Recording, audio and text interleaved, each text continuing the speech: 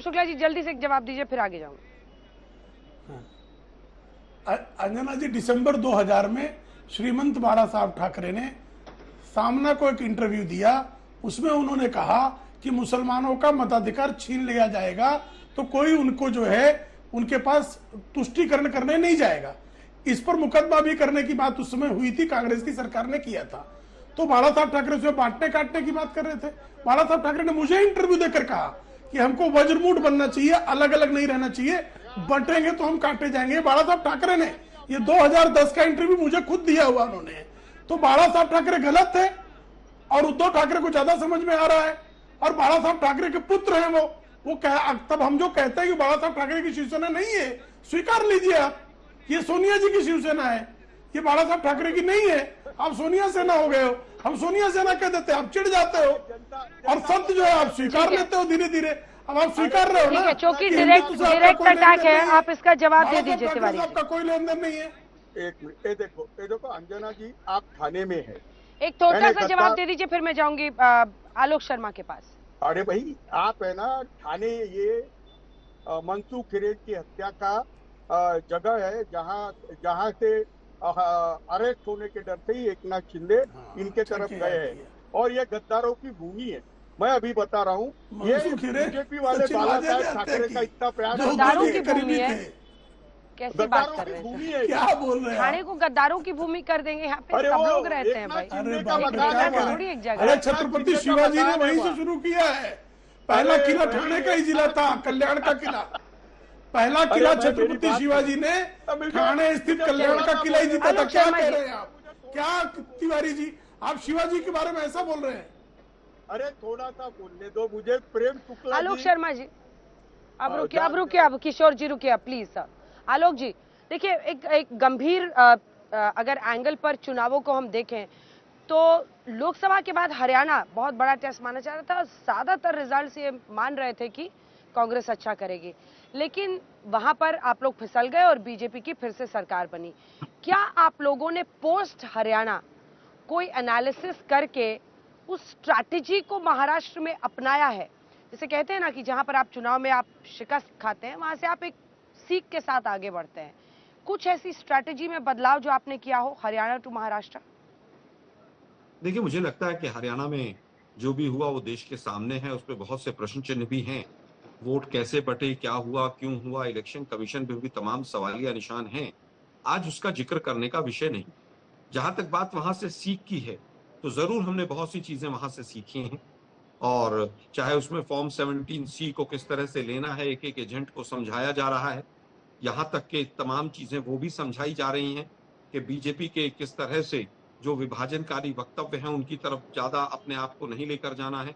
हम अपने मैनिफेस्टो पर फोकस कर रहे हैं, हम महाविकास आघाड़ी की एकता पर फोकस कर रहे हैं, हम अपने जो वायदे हम कर रहे हैं उन पर फोकस कर रहे हैं।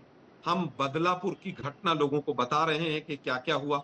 हम बता रहे हैं कि एक शिंदे नाम का एक डमी मुख्यमंत्री बनाया गया और उसके सहारे अडानी और अंबानी को किस तरह से संपत्तियां कौड़ियों के भाव में दी गई।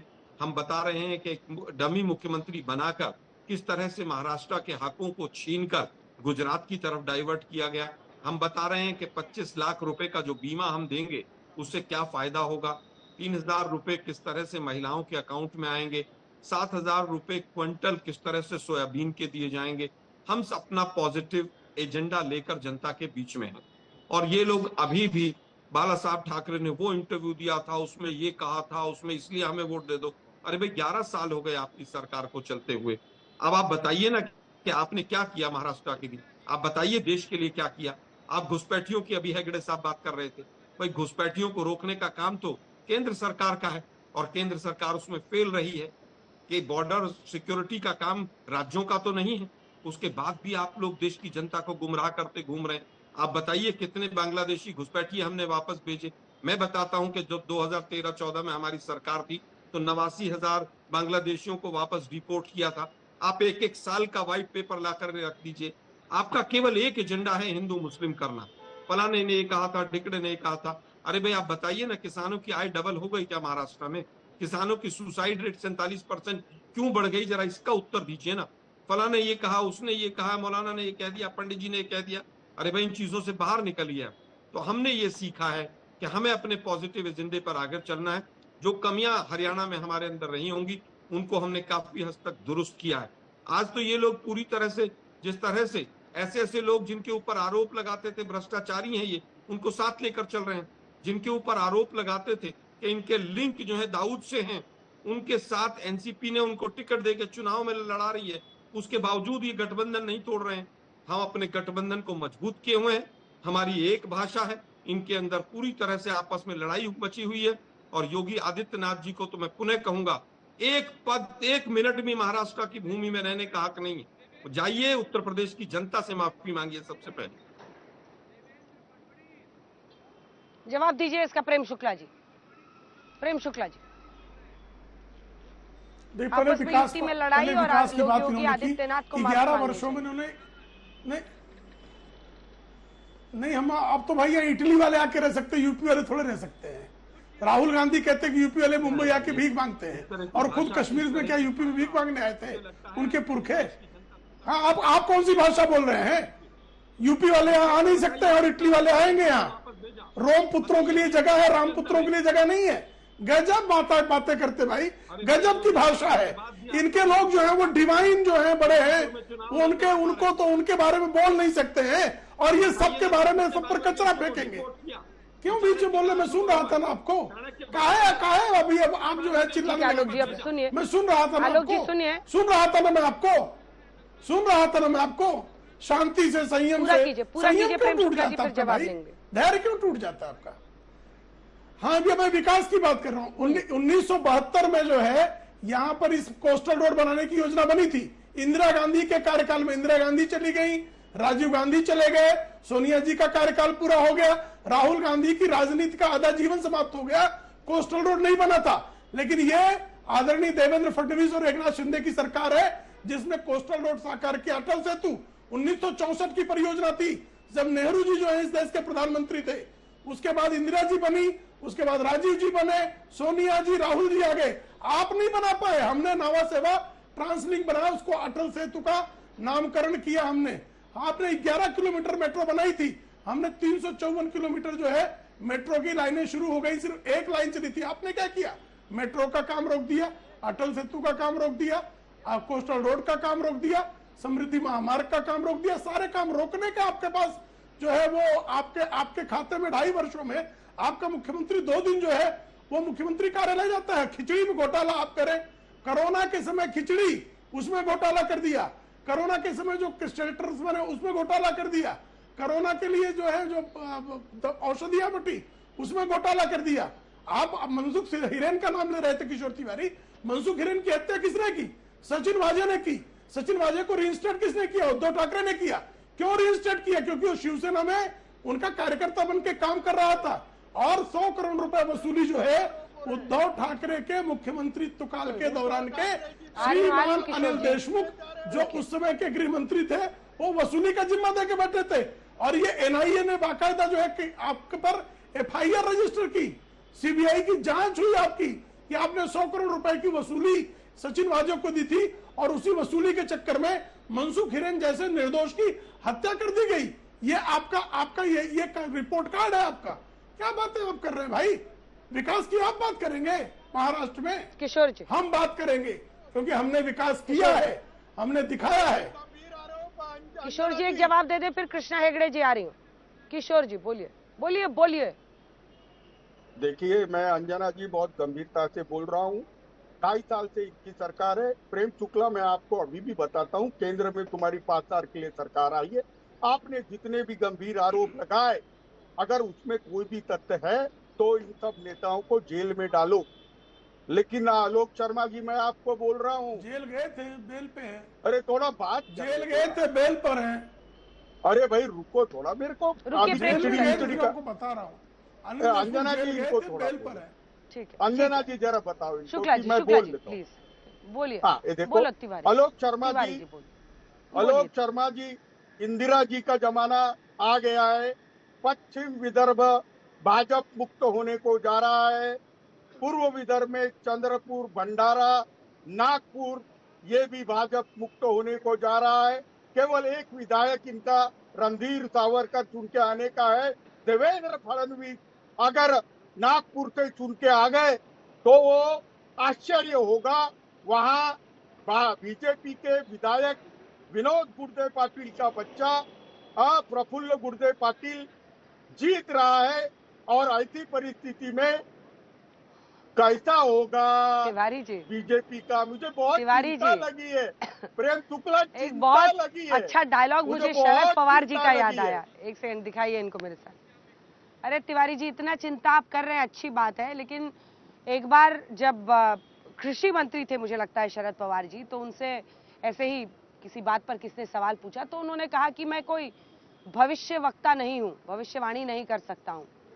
आप लेकिन लगता है कि आज भविष्यवाणी करने के लिए बैठे हुए हैं, क्योंकि आप कौन जीतेगा कौन हारा है। अरे पार्टी आपकी क्या सोच रही है उस पर जवाब दीजिए ना, जो प्रश्न उठ रहे हैं उस पर जवाब दीजिए। कृष्णा हेगड़े जी, देखिए एकनाथ शिंदे के लिए भी बहुत, क्योंकि मैं मतलब गढ़चिरौली, विदर्भा, मराठवाड़ा, पश्चिमी महाराष्ट्र, खानदेश, मतलब जो पूरा उत्तर महाराष्ट्र है, वहां से होते कोंकण, ठाणे, नवी मुंबई, तमाम इलाकों में घूम कर आई हूँ। ऐसा नहीं है, देखिए ये सच है कि मतलब शिंदे साहब का नाम भी बहुत लोग ले रहे हैं, देवेंद्र फडणवीस का विदर्भ में बहुत लेते हैं, मराठवाड़ा में भी कई जगहों पे लिया, कहाँ लिया, लेकिन उद्धव ठाकरे का भी नाम ले रहे हैं। ऐसा नहीं है कि एक तरफा है पूरा मामला शिंदे साहब के पक्ष में। आपके लिए चैलेंज है ये चुनाव?